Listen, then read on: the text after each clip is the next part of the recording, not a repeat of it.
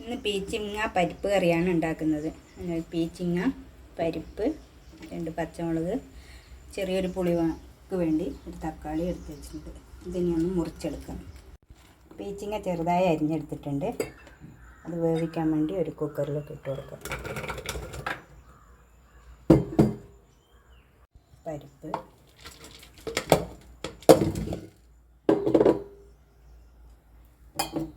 തക്കാളി ചെറുതായി അരിഞ്ഞത്,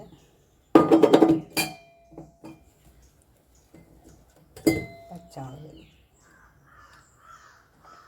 കുറച്ച് മഞ്ഞൾപ്പൊടി ഇട്ട് കൊടുക്കുക. ആവശ്യത്തിന് വെള്ളം ഒഴിച്ച് ഒരു വിസിലാക്കി എടുക്കുക.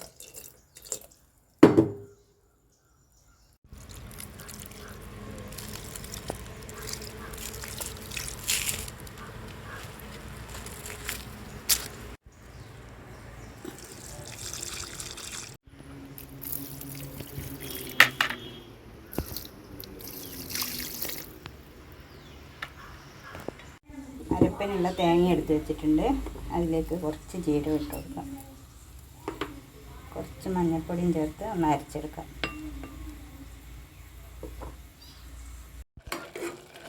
പരിപ്പും പീച്ചിങ്ങയും നന്നായി വെന്ത് വന്നിട്ടുണ്ട്. അതിലേക്ക് ചെറുതായി അരിഞ്ഞ 2 വെളുത്തുള്ളി ചേർത്ത് കൊടുക്കാം. ഇതാദ്യം ചേർക്കാൻ വിട്ടുപോയതാണ്. പരിപ്പ് കറിയിൽ വെളുത്തുള്ളി ചേർക്കാൻ ഗ്യാസിൻ്റെ പ്രശ്നം ഒഴിവാക്കാൻ നല്ലതാണ്. ഒരു 1/2 സ്പൂൺ മുളക് പൊടി ചേർത്ത് കൊടുക്കാം.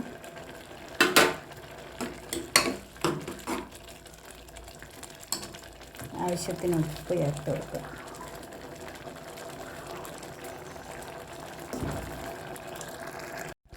ഇനി അരപ്പ് ചേർത്ത് കൊടുക്കാം.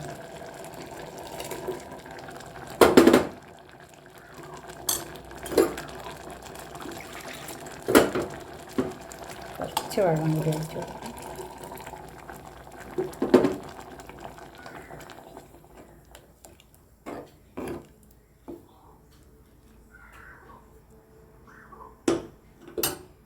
നന്നായി തിളച്ച് വന്നിട്ട് കടുക് വറുത്തിടാം. കറി നന്നായി തിളച്ച് വന്നിട്ടുണ്ട്. നമുക്ക് ഗ്യാസ് ഓഫ് ചെയ്യാം. എണ്ണ ചൂടായിട്ടുണ്ട്. കടുക് ഇട്ട് കൊടുക്കാം.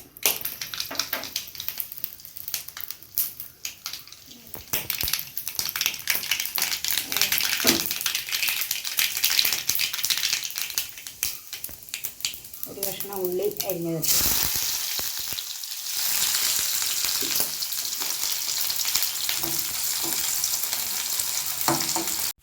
ഉള്ളി വാടി വന്നിട്ടുണ്ട്. ഇനി കറിവേപ്പില ഇട്ട് കൊടുക്കാം.